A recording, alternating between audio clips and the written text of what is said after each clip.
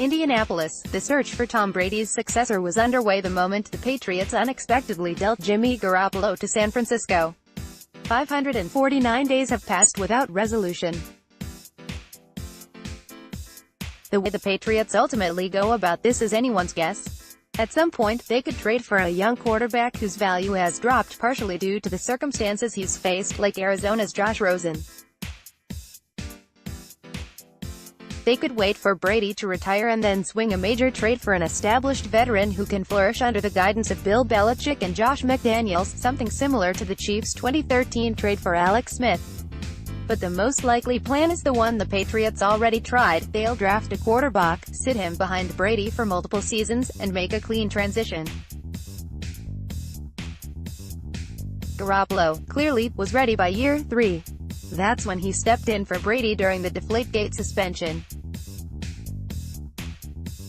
If the Patriots want their next young quarterback learning behind the scenes for at least 1 season, or possibly 2, then the time to draft that player is, approximately now. Offensive coordinator Josh McDaniels, who did not make the trip to Indianapolis for last year's NFL Combine, was in town this week to get an up-close look at the potential draftees. So what stood out? West Virginia's Will Grier seems to have a head start on the Patriots system. He spent considerable time with offensive coordinator Jake Spavital studying how Brady perfected McDaniels' offense, which led to tweaks within the Mountaineers' system, particularly in their wide receiver splits. They watched the Patriots succeed with tighter splits, so they borrowed some of the same principles. Grier, who lit up the Big 12 for 7,354 yards and 71 touchdowns in 2 seasons as West Virginia's starter, loves the idea of being around Brady and McDaniels on a daily basis. "I don't think you can put into words," Grier said at this week's NFL Combine. The opportunity to learn from a guy like that would obviously be priceless. The quick book on Grier: he started out his college career as a can't-miss pro prospect at Florida, was suddenly suspended for a performance-enhancing drugs violation midway through an undefeated season as a redshirt freshman, transferred to West Virginia, and ultimately thrived. He's considered to be a mid-round prospect in April's draft. "I don't think Will Grier will get into the first round," said NFL Network draft expert Daniel Jeremiah. Does not have kind of a wow trait.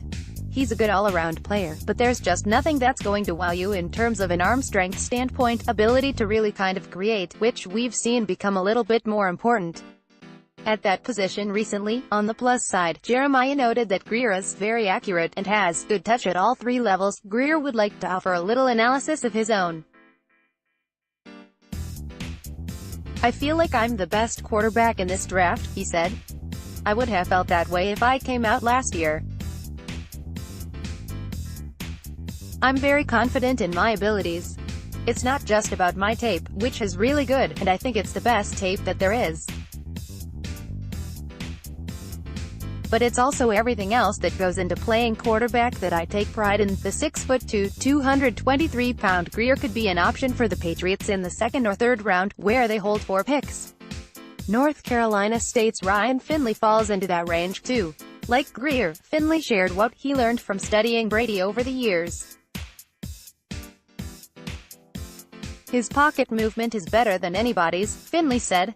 "Just kind of watching how comfortable he is and how he just slides to the right and avoids the rush. I think it's extremely important, especially in today's game, to have that ability to create when plays break down. Plays never really go as planned." According to Jeremiah, Finley is a potential fit in the Patriots system because of his accuracy and toughness.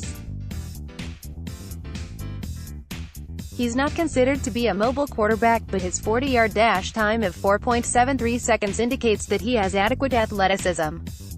For context, Jacoby Brissett and Garoppolo, both of whom are above-average athletes for the position, respectively ran 4.94 and 4.97 at their NFL combines. Finley, who succeeded Brissett as NC State's starting quarterback in 2016, brings with him an inordinate amount of experience. He was granted 6 years of college eligibility. A season-ending ankle injury in the third game of the 2015 season ended Finlay's time at Boise State and opened the door for Brett Rypien to move into the starting quarterback role. Rypien, then a freshman, dominated. Finlay decided to transfer to NC State the following spring. Now, they're competing once again, this time for the attention of quarterback-needy teams in the NFL draft. The nephew of former Redskins quarterback Mark Rypien threw for 13,578 yards and 90 touchdowns in 4 years at Boise State. Earlier this week, Rypien said his accuracy was his best attribute. His confidence isn't lacking, either. He seemed miffed at the idea that he's a mid-round prospect. I think it comes down to what scouts project in the NFL, Rypien said. I don't necessarily agree with it, but it is what it is. Patriots scouts have spent years evaluating this group.